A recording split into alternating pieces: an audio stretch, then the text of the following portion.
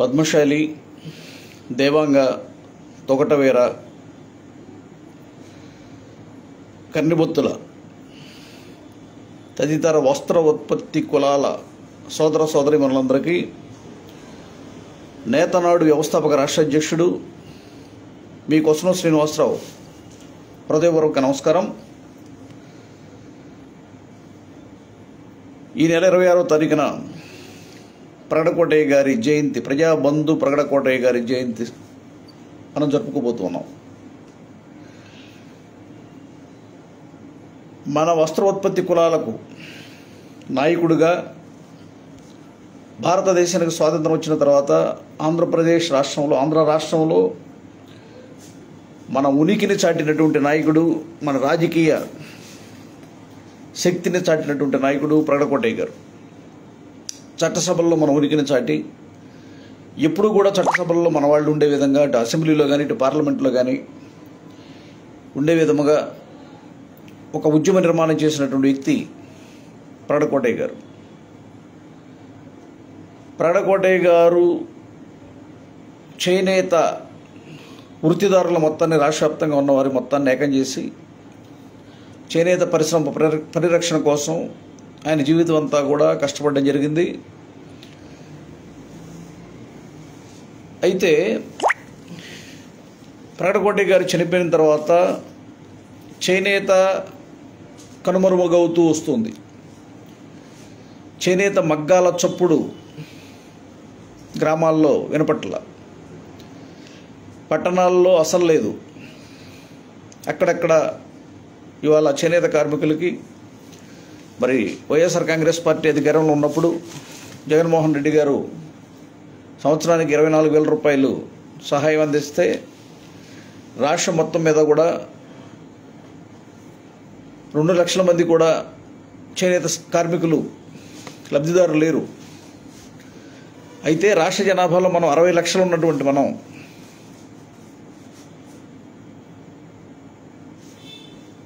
వృత్తిపరంగా వృత్తిలో వచ్చినటువంటి కష్ట నష్టాలు ఎదుర్కోలేక ఆ చేనేత పరిశ్రమను వదిలేసి ఇతర వృత్తుల్లోకి వెళ్ళిపోయారు.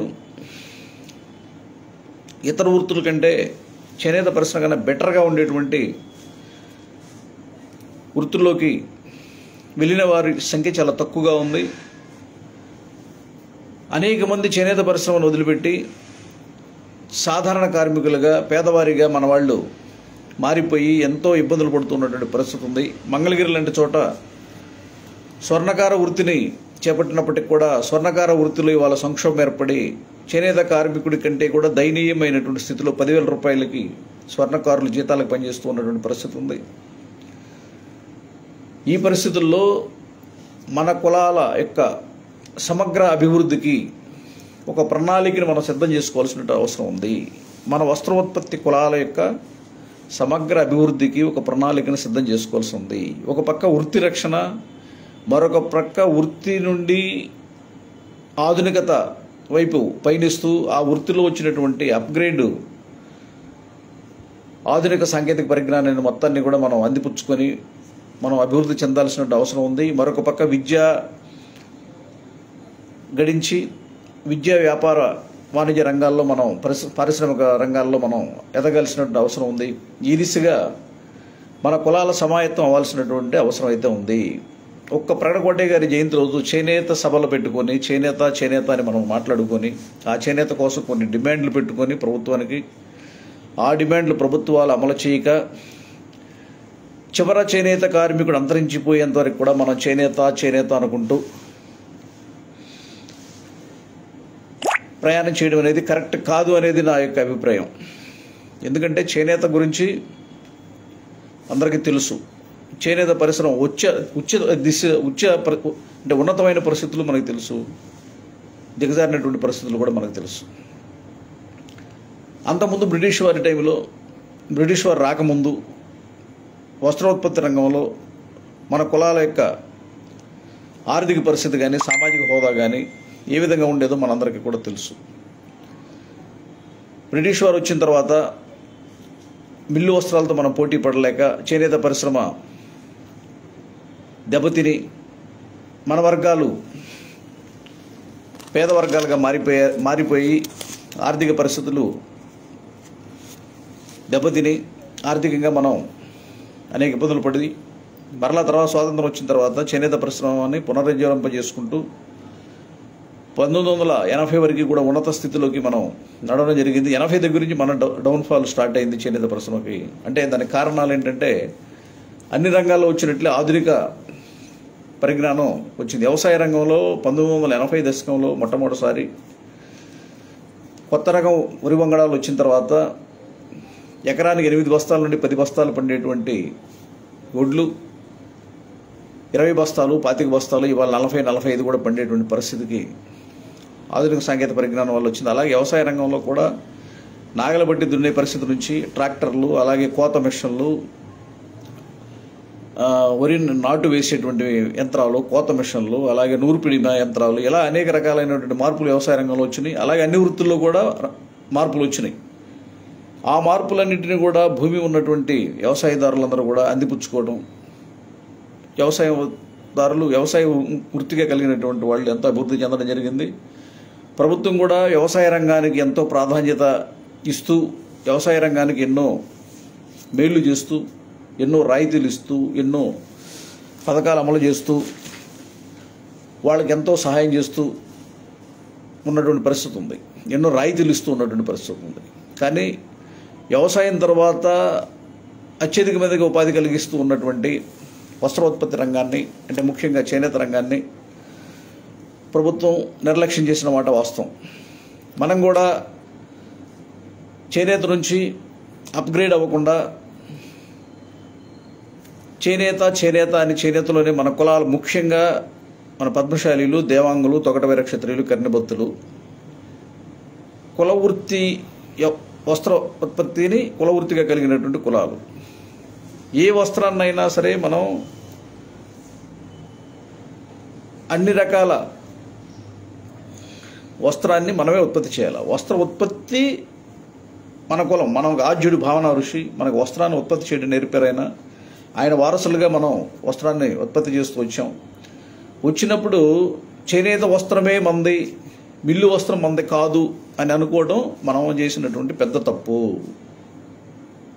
చేనేత పరిశ్రమ వ్యవసాయ రంగం ఎలా అయితే అప్గ్రేడ్ అవుతూ ఉందో, ఆధునిక సాంకేతిక పరిజ్ఞానం వైపు పరుగులెడుతుందో, అలాగే వస్త్ర పరిశ్రమ కూడా ఆధునిక పరిజ్ఞానాన్ని అందిపుచ్చుకొని పరుగులెత్తాల్సినటువంటి సమయంలో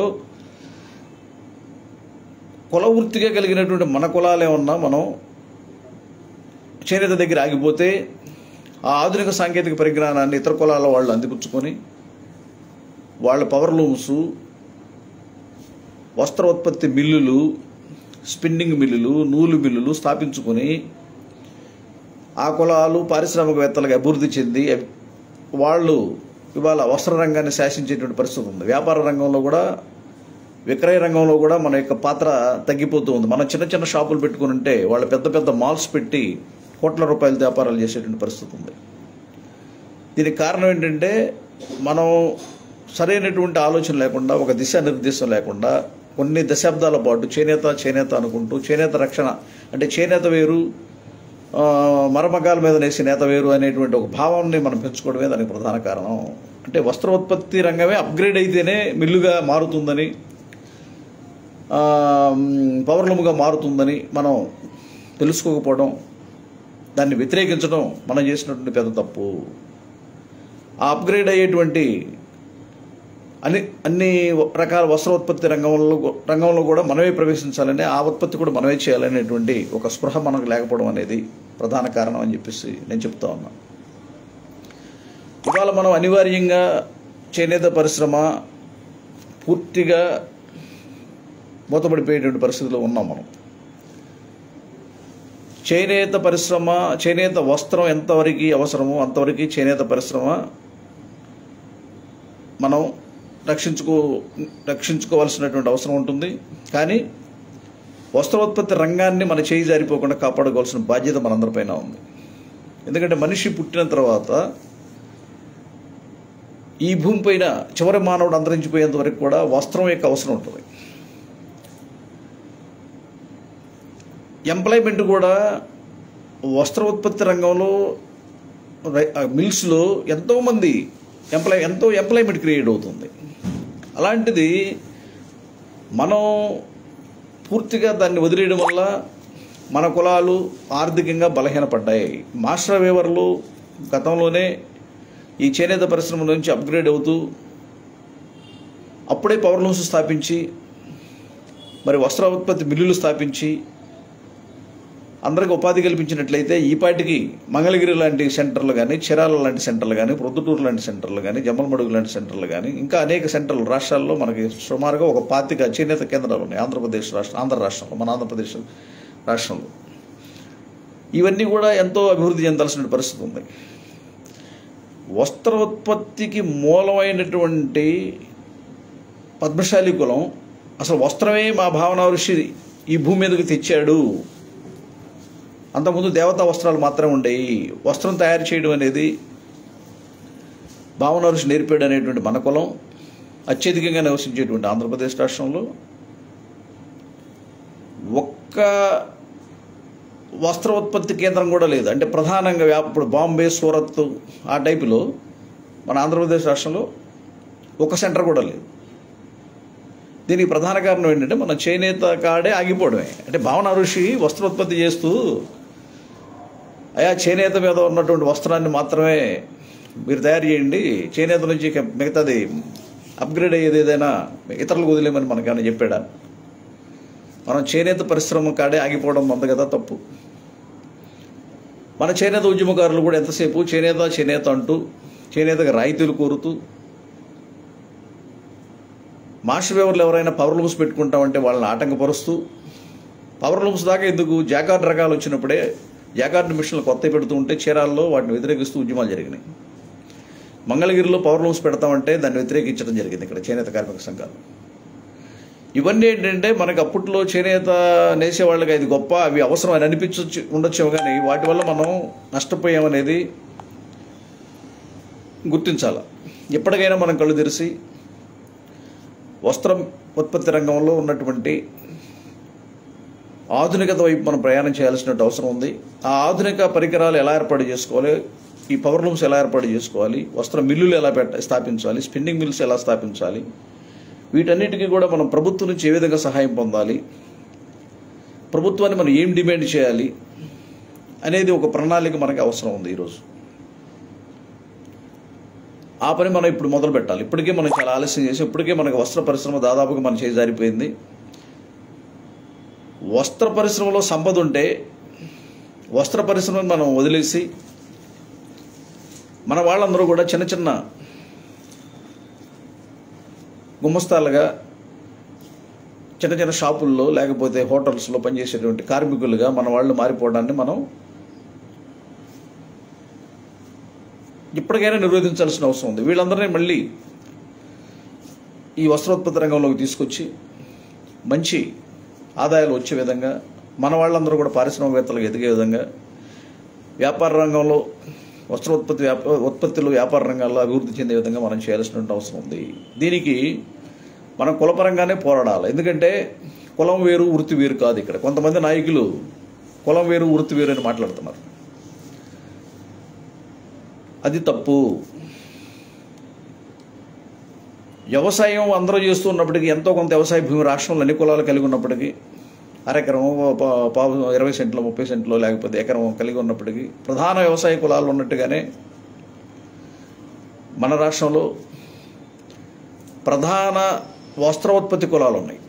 అంటే కుల వృత్తే వస్త్రోత్పత్తిగా ఉన్నటువంటి, అలాగే అనేక కులాలకి అనేక వృత్తులు ఉన్నాయి. కాబట్టి ఈ వృత్తి మనది, ఈ వృత్తిలో ఉన్నది మనం. ఇప్పుడు గొర్రెల పెంపకందారులు అనగానే యాదవులు గుర్తుకొస్తారు. అలాగే వివిధ దేవస్థానాల్లో కేశఖండనశాలల్లో ఉద్యోగులు అనగానే నాయి బ్రాహ్మణులు గుర్తొస్తారు. అదేవిధంగా వస్త్రోత్పత్తి రంగం అనగానే గుర్తు రావాల్సినటువంటి కులాలు పద్మశాలీలు, దేవాంగులు, తొగటవీర క్షత్రియులు, కర్ణభర్తలు. ఇంకా ఏదన్నా కొన్ని మన వాళ్ళు 18 కులాలని చెప్తూ ఉంటారు. 18 కాదు, వీళ్ళంతా ఈ 4 కులాలకి అనుబంధంగా ఉండేటువంటి కులాల వాళ్ళే. కాబట్టి ప్రధానంగా ఈ 4 ఈ 4 కులాలు కూడా ఇంటర్ రిలేటెడ్ అవి, అయితే శాఖలుగా విడిపోయారు. కాబట్టి మనమందరం కూడా కులపరంగా ఏకమై పద్మశాలీలు, దేవాంగులు, తొగడవేర క్షత్రులు, కర్ణభక్తులు అసలు వస్త్రోత్పత్తి రంగాన్ని మనం ఎలా మళ్ళీ తిరిగి ఓన్ చేసుకోవాలి, ఈ చేనేత పరిశ్రమలో ఉన్నటువంటి సహకార సంఘాలని, అలాగే అందులో ఉన్న సభ్యులుగా ఉన్నటువంటి వాళ్ళని మనం ఏ విధంగా అప్గ్రేడ్ చేయాలి, ఈ చేనేత సహకార సంఘాలని ఏ విధంగా మనం లిమిటెడ్ కంపెనీలుగా, ప్రైవేట్ లిమిటెడ్ కంపెనీలుగా, పబ్లిక్ లిమిటెడ్ కంపెనీలుగా మార్చుకోవాలి, అందులో సభ్యుల్ని షేర్ హోల్డర్స్గా చేర్చుకోవాలి, వస్త్రోత్పత్తి రంగంలో మనం ఎలా మోనోపలి సాధించాలి, మన కులాలు ఏ విధంగా అభివృద్ధి చెందాలి అనేది మనం ప్రణాళికలు సిద్ధం చేసుకొని ప్రభుత్వం మీద పోరాడి ప్రభుత్వంతో అమలు చేయించుకోవాల్సినటువంటి బాధ్యత మనపైన ఉంది. ఎంప్లాయ్మెంట్ కూడా ఇందులో ఉంది. కొంతమంది అనొచ్చు, చేనేత పరిశ్రమ అంటే అచ్చగా మగ్గం నేయటమేనా? మరి మీరు ఒక అతను అడిగాడు నన్ను ఇంతకుముందు, మీ అబ్బాయిని బీటెక్ ఎందుకు చదివిస్తున్నారు?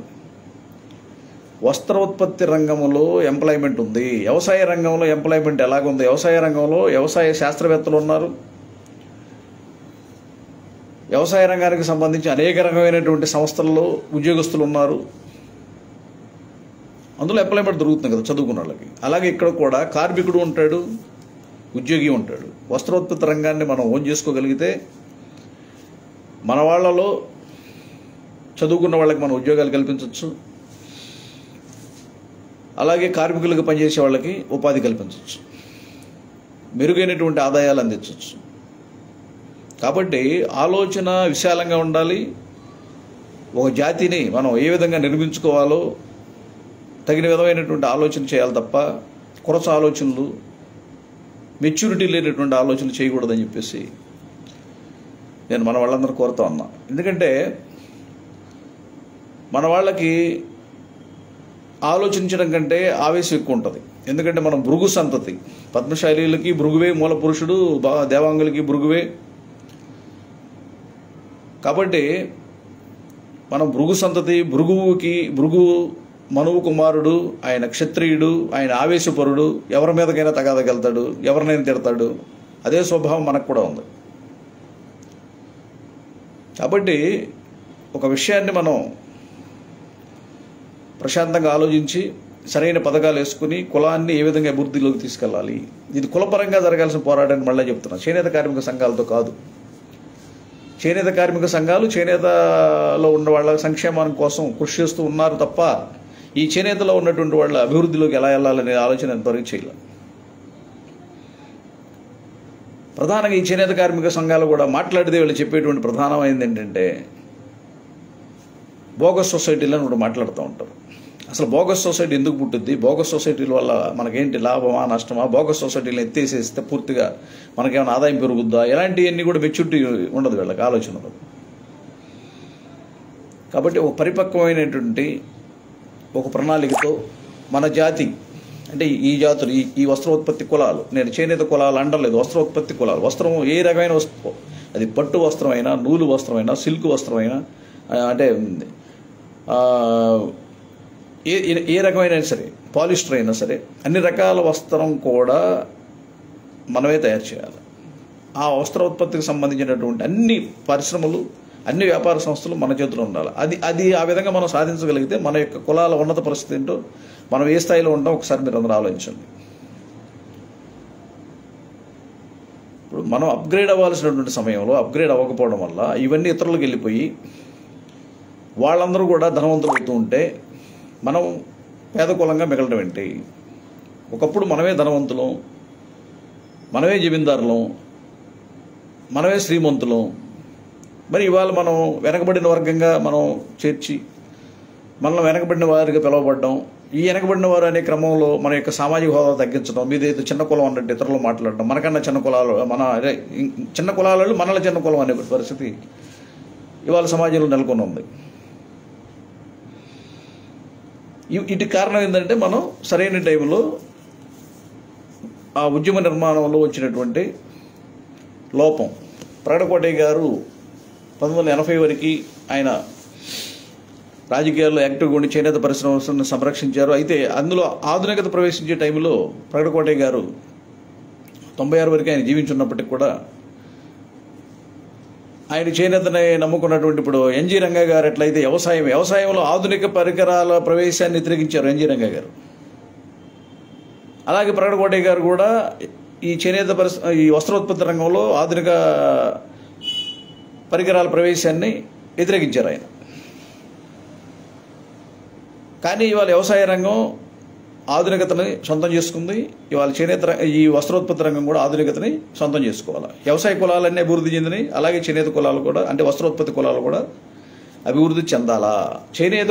ఈ వస్త్రోత్పత్తి కులాలకు కూడా ప్రభుత్వం వ్యవసాయ కులాలకు ఏ విధమైనటువంటి రాయితీలు ఇస్తుందో, వ్యవసాయ రంగానికి ఏ విధమైన రాయితీలు ఇస్తుందో, ఇన్కమ్ ట్యాక్స్ మినహాయింపు కానివ్వండి, లేకపోతే వాళ్ళకి తక్కువ ధరకి ఎరువులు ఇవ్వనివ్వండి, విత్తనాలు ఇవ్వనివ్వండి, వంగడాలు ఇవ్వనివ్వండి, ఏదైనా వాళ్ళకి ఇస్తున్నటువంటి ఈ వడ్డీ లేని రుణాలు ఇవ్వనివ్వండి, లేకపోతే పంట సహాయం ఇవ్వనివ్వండి, ఏదైనా కానీ ఇవన్నీ కూడా ఈ చేనేత పరిశ్రమలో ఈ వస్త్రోత్పత్తి రంగంలో ఉన్నటువంటి మనకు కూడా అన్ని ఇవ్వాలి. ఆ విధమైనటువంటి ప్రణాళిక నేను సిద్ధం చేస్తున్నాను.